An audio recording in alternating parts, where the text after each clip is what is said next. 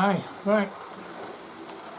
Uh, we've transported ourselves upstairs, and I just reviewed the first bit of the video, which I must admit, I am a complete Philistine as far as modern technology goes. I think it's put there for people to spend more money. iPhone this, iPhone that, you've got to have a new one, haven't you? Because the last one doesn't do what it said it was going to do. I have a computer. It computes. I have a telephone, a portable telephone. And it makes telephone calls. I have a watch. But no, actually I don't have a watch. I don't wear a watch, so I really don't want to know what time it is. When it gets dark, doesn't it? If I'm using the computer, it always tells me what time it is in the corner. So I have this kind of horrible negative side to me about DCC. And as I said, when I review what I've just said, I realise that there are a lot of aspects to DCC, especially this two trains on one track. I realise that. And I think it depends, doesn't it? It depends on, apart from how much money you've got, which is a big part as far as a lot of people are concerned. It depends on what kind of layout you have. If you have an oval, what they call a tail chaser, just goes on. And what's the point? Yeah, DCC doesn't really help you, does it? But if you had a more complex, perhaps one of these shunting things, that's not up my street, but I realise a lot of people like that. That would be handy. It would be handy, wouldn't it? If you have a big terminus, steam train comes in, coaches, along comes a little engine, couples up to the coaches, takes the coaches away to be cleaned, leaving the steam train. At that point, you do need the ability to put perhaps two engines on one track, and that they don't both move at the same time. I can see that. So I think it's a combination. It's a combination of money, and it's a combination of the kind of layout that you have. There are different things, aren't there, that you can buy for DC layouts to enable you to be able to do these kind of things that perhaps you could obviously do with DCC. For instance, let's take the junction, the train in the station, okay, comes in with the coaches, and you need another engine to come along. Well, at that point where the engine actually stops, you could have an isolating rail, what they call an isolating rail. What it is, you've got your two rails, okay, your positive, negatives. You cut through one of the rails, and you solder a wire to each of the bits, the other side of the cut, one at each side of the cut. To those wires, you then put them into a switch. So when you make the switch, it's as if it's a complete connection. When you cut the switch, switch it off, then you do not get a current on the other side of the track. So you could take the steam engine in, pass this cut in the rail, you could then switch it off, bring your other engine in, which of course is on the lathe, take all the coaches away, and then when you wanted to move the steam train out, switch it back again. It's got little tricks like that. These things here, I found a load of these the other day. They're weird, aren't they? It's kind of a thing that goes up and down like that. You see that? It's an old Hornby decoupling ramp, it's called. You can't switch it on and off. If you go over it, it decouples.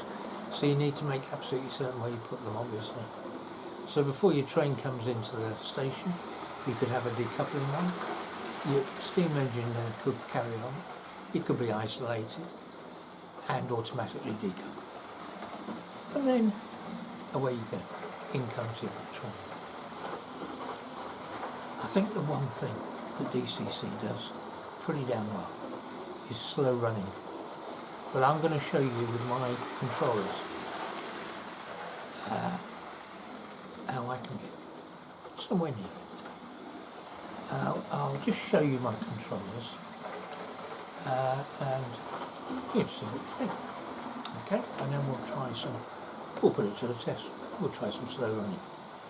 So just hang on a tick once I decouple myself from my seat, concentrate on the controllers, and then we'll get back to the slow running trial.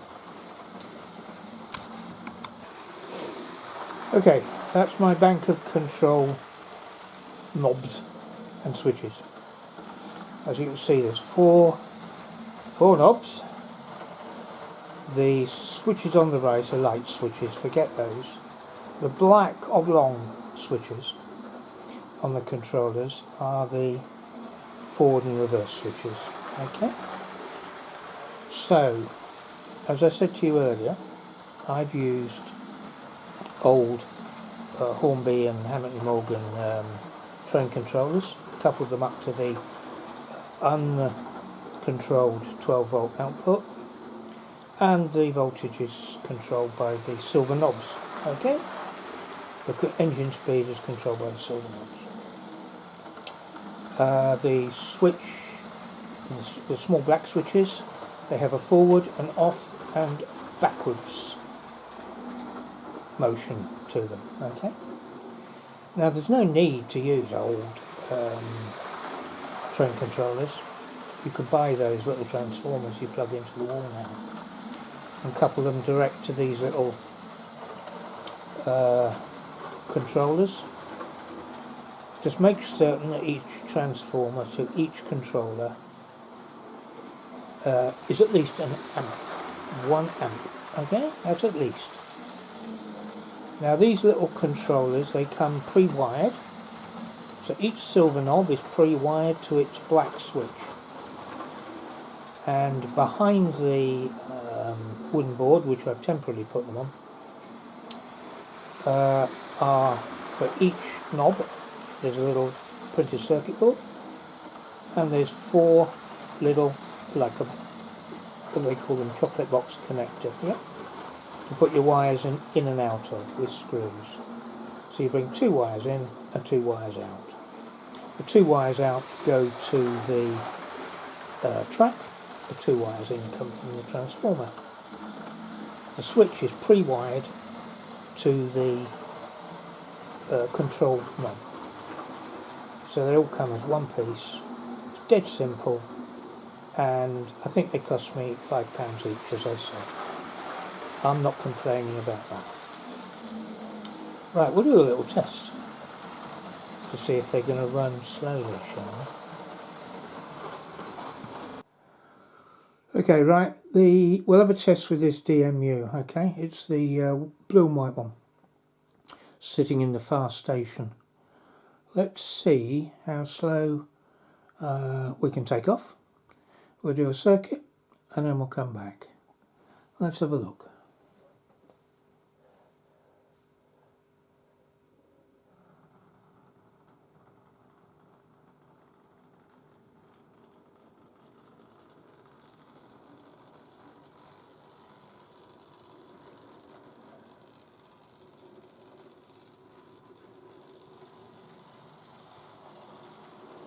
Right, it's just coming behind me now.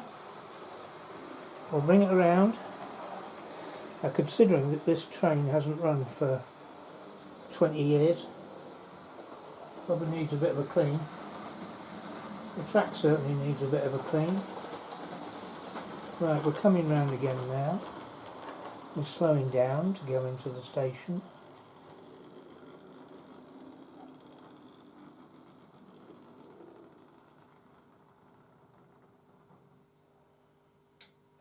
I can't fault that. I think that's pretty good. That's pulse width modulation, apparently. Don't ask me what it is. I'm not an electronics engineer. But yeah, it's pretty good. Just watch this one and have a think about it.